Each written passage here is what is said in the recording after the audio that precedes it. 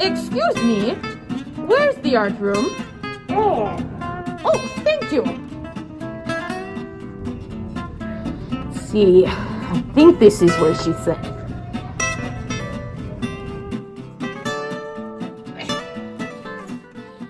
Greetings, boys and girls in 4th grade. I am Wage, and I am an ugly doll. I have taken over the art room. I am now your art teacher for the rest of the year.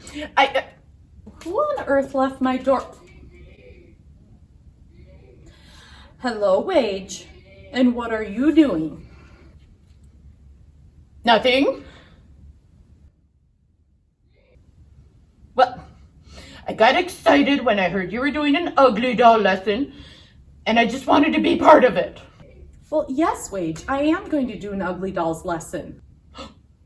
Wage, we're going to be making our own ugly dolls. You'll have so many ugly dolls to meet. We are? Oh my goodness, I'm so excited! Excellent. I am so excited for our friends to meet you. Okay, I'll let you take over from here. Perfect. Now, can you get out of my seat? Thank you. Okie dokie. So now that I have my chair back, we are making ugly dolls, boys and girls. This is usually the favorite project in all of 4th grade. Okay, so I hope you're super, super excited to start these. It's going to take a lot of work, a lot of finger muscles, but it's going to be a fabulous project, and I hope you're super, super excited about it. So without further ado, let's get started. Yay! Good evening, I'm Tyler Matheson. Tonight, we're going to tell you a toy story. 3 toy stories to be exact. They're tales about playmakers who tapped into their inner child and hit the jackpot. Artists David Horvath and Sun Min Kim have been dreaming about creating their own toys since they were kids, but it wasn't until Sun Min stitched together, well, an ugly doll as a gift that the couple stumbled upon one of the biggest hits in the toy industry. David Horvath, now 40, was a student at Parsons School of Design in New York City when he decided he wanted to make toys, just not for a toy company.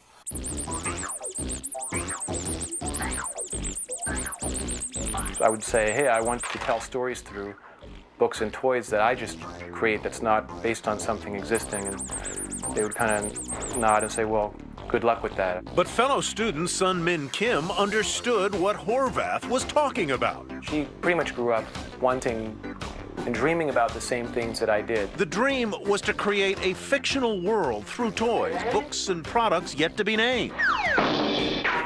It was all about the story for us. That we're storytellers first, and the products exist because of the story. Neither had a clue how to get started. What they did know was their universe would be summed up in the word ugly.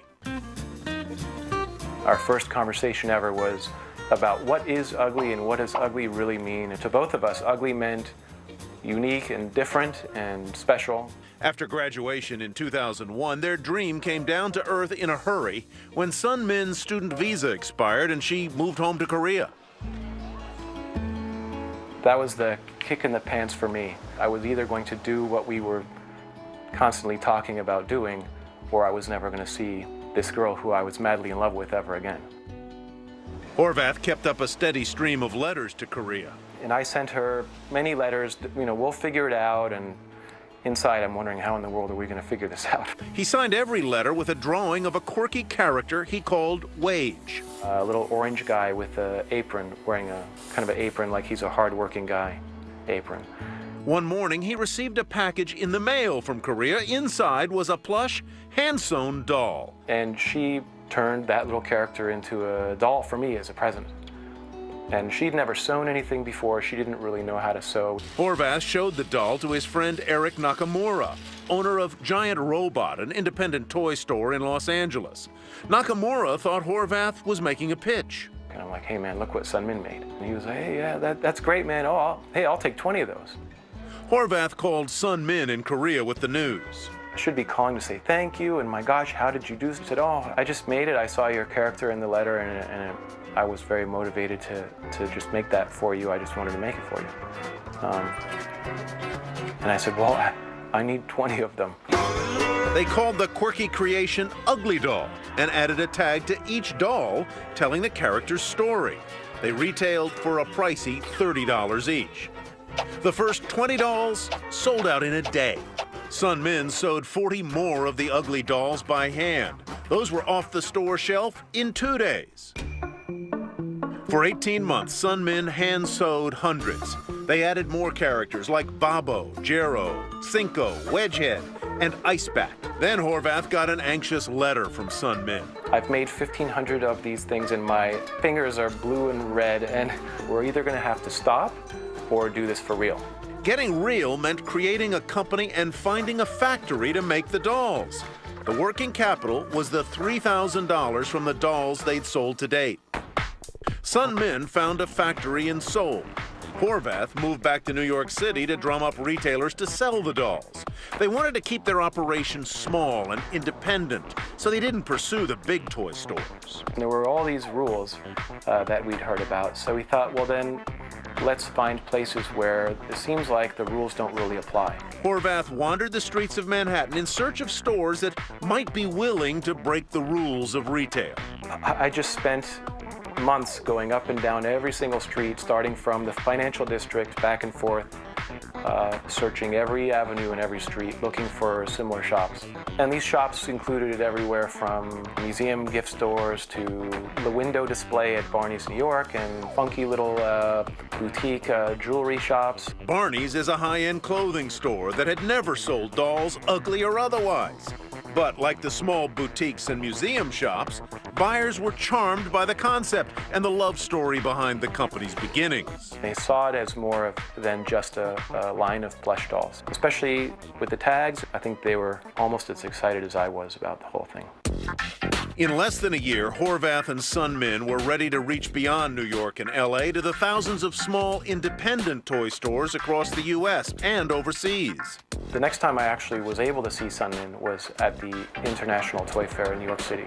And that was the next big step for us. And I made the booth myself out of cut foam and felt and a lot of tape. And we were in the least expensive spot for that show, just way back in the back corner. We were right next to where the giant toy companies went to use the restroom. The dolls were a hit anyway. They would walk by and look up and, oh, Ugly Doll, what's that? That's a funny name.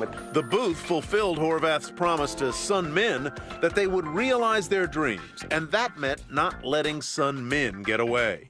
But the couple delayed a wedding and went on the road together. For the first several years, Sun Min and I lived out of hotels. We went to all the trade shows. We went to Toy Fair. By 2005, they were in 2,500 stores and selling hundreds of thousands of Ugly Dolls. But all of the profits went right back into the company to keep it going. There was some website where I read that someone wrote how we were probably millionaires, and on that day I could only eat twice because I had to put my dinner money into what we were going to, it was like to make postcards or something. What kept them going were their like-minded fans. We're getting lots of emails and feedback from customers and fans that these were not just stuffed animals that they were buying. They would send us pictures of them buckled up into the back seat of the car and at the dinner table with them, and that kept us going. Horvath and Sun Min also realized they couldn't get this done all alone anymore. We can't do it by ourselves. So we worked very hard to find good people. They called their small office in New Jersey Pretty Ugly. Just a year later, the toy industry embraced the Ugly universe with open arms. Ugly Doll was named Toy of the Year. For some, those plush dolls were more than just toys, they were an art form. The owner of Giant Robot had presented a few exhibitions of Ugly Dolls. Other museums and art galleries were quick to follow, even the Louvre. We were wondering how in the world they even knew about them. Entertainers and celebrities were also collecting the quirky dolls. Snoop Dogg walks by and he's like, hey, what is this thing? And he's holding it, and someone took a picture and that started circulating. By the end of 2006, over 1 million dolls had been sold, representing some $2.5 million in revenues. But the Ugly universe was just beginning to expand. Random House negotiated for a series of books. The first UglyCon convention was held in Los Angeles, with fans showing up dressed as their favorite ugly doll. By 2011, Horvath and Sun Min were at work on an ugly doll movie from Universal Pictures. They also introduced Ugly Doll at Toys R Us for the holiday season, with their own special section in the store. Since its debut, Ugly Doll has pulled in more than $100 million in revenues and countless fans. I think because we're not coming from the mass market, we're constantly being discovered as something brand new every day. Unusual windows continue to open on the Horvath's ugly universe. In 2013, a line of graphic novels featuring ugly heroes like Wage and Ox arrive in bookstores. Like the illustrated books before them, the graphic novels are intended for the kids in all of us. Okie dokie, boys and girls. So to start making our ugly dolls, we need to first make a pattern. A pattern is something you're going to draw, cut out, and you're going to use it as a tracer on your fabric for the outline of your ugly doll. So for our ugly dolls, we want them to be symmetrical. That's the same on both sides. I always think of it like a butterfly, where it's the same on both sides. That's called symmetry or symmetrical. Okay, so if I want it to be symmetrical, I need it to be folded in half. Now here's where you need to make a decision. Do you want a tall, long monster? Or do you want a short, wide monster? I think I'm going to do a tall monster. So I'm gonna carefully match it up, fold it with one hand, fold it with the other. All right, now this is really important. You need this creased part to be the middle. So I don't care if you're gonna draw it so this is the middle or this is the middle. Either way, you're going to start along that creased edge. So I'm gonna start drawing half of my monster or my ugly doll. I want him to have a horn. Do you notice I'm drawing it really big? Okay, you want to fill this page. Let's see, maybe I'll make a really long arm and a foot. There. Okay, and if I cut this out with my handy dandy scissors, you can see why we folded it in half. Some of you may be able to already predict what's going to happen. Now take your time cutting. Please don't rush, or otherwise these turn into a big mess. And you want to be careful because you want it to be the same so it is symmetrical. There. These can go in the recycling, and I can open it up. And there's my pattern for my little ugly doll. Okay, do you see it's the same on both sides and it's nice and big. Now let's talk about some things that happen usually when people make their patterns. Let's start with mistake number 1. People make things that are too small. So let's say I fold it in half. And I make my ugly doll like this. Okay? Now it's a good design, but it's too small. There's all these gaps of space. So to fix this, because I still want this design, I'm going to draw a bubble around this. Now let me show you what that means. I'm going to draw the same thing, but bigger. Okay, and I'm going to try to stick to that design as close as I can. Just way, way bigger. Now that is kind of hard to see, so if you need to trace over it in markers so you know exactly where you're gonna be cutting, that's okay. You don't need to use a Sharpie. I'm just using one because that's what I had.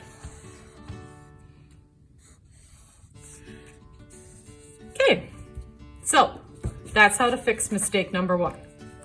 Mistake number 2. People do not fold their paper symmetrically, and when they cut, it becomes a mess. So let's say I fold it, but I don't do it perfectly symmetrical. Do you see how there's some issues there? I'm gonna draw this super fun design. I'm curious if you can already guess what the problem's going to be. Okay, if I cut this out,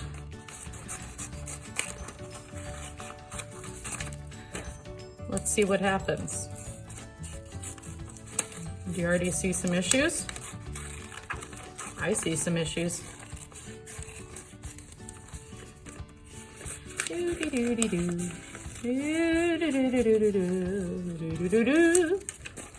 And there. Okay, let's get all these out of the way. All right, you ready? What's the problem? It's not symmetrical because I ran out of paper. It was folded crooked. Do you see how this leg is taller than this leg? That's not gonna work, so now I need to start over with a new piece of paper. Okay, let's talk about mistake number 3. People make things that are too tiny for details.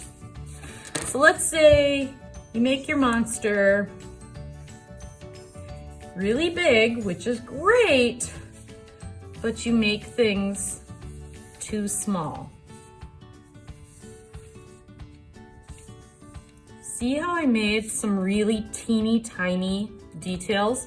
Keep in mind, you're going to be creating this out of felt, and you're going to need to sew and stuff all of these little appendages, all these little pieces coming off. These are going to be almost impossible for you to sew nicely and to even stuff, because there's no way you can even fit your finger in to shove stuffing in. It's not going to work. So to fix that, you're gonna do something similar to the bubble thing I showed you, where you draw them way thicker. I'm gonna draw these tentacles really big. And draw these big. Okay. And once again, you can trace over it with marker like I showed you before, so you can see it. Okay, let's say you finally cut one out. It's good to go, it's nice and big, and it's symmetrical. That's when you can pick your fabric. If you are at school, you will get to choose your own fabric. If you are at home, you will get a fabric that I choose for you, or I will be sending home the fabric that you pick if you do the previous week's assignment. Okay, so it all depends. You're going to put your lovely little monster or ugly doll onto your felt. Now I have it perfectly centered right now, and you can do that, it'll work fine, but there's something that will make your life a lot easier. Do you see how I have these straight edges? If I pull him down to here, now they're already there. It's perfect, I won't have to cut that. I can also scooch him over, or her, I haven't decided what this is yet. See how that lines up now too? So it's gonna make things a lot easier to cut out. Now, I'm going to use a Sharpie, and I'm going to hold it with one hand and trace with the other. Take your time with this, because if you rush, it's going to get sloppy, your paper is going to move, it's gonna be a mess. Now watch, I'm gonna hold it with one hand, move with the other. Take your time. There we go, I traced everything. This little pattern can go in the recycling, or you can bring it home or show your family what you made so they get a little sneak peek of what's to come. Now I can very carefully cut this little guy out. Okie doke, so this is what I want you to try to get to on day 1. If you only get to the part where you've got this fully cut out and it's ready to go, that's okay. All right, I want you to try your best to get this ready though, or at least traced on felt, okay? Like I said, if you don't freak out, Okay, some of us, it takes a little longer to develop an idea, but this is your goal. Okie dokie. I hope you have fun. I hope you come up with some really creative symmetrical designs.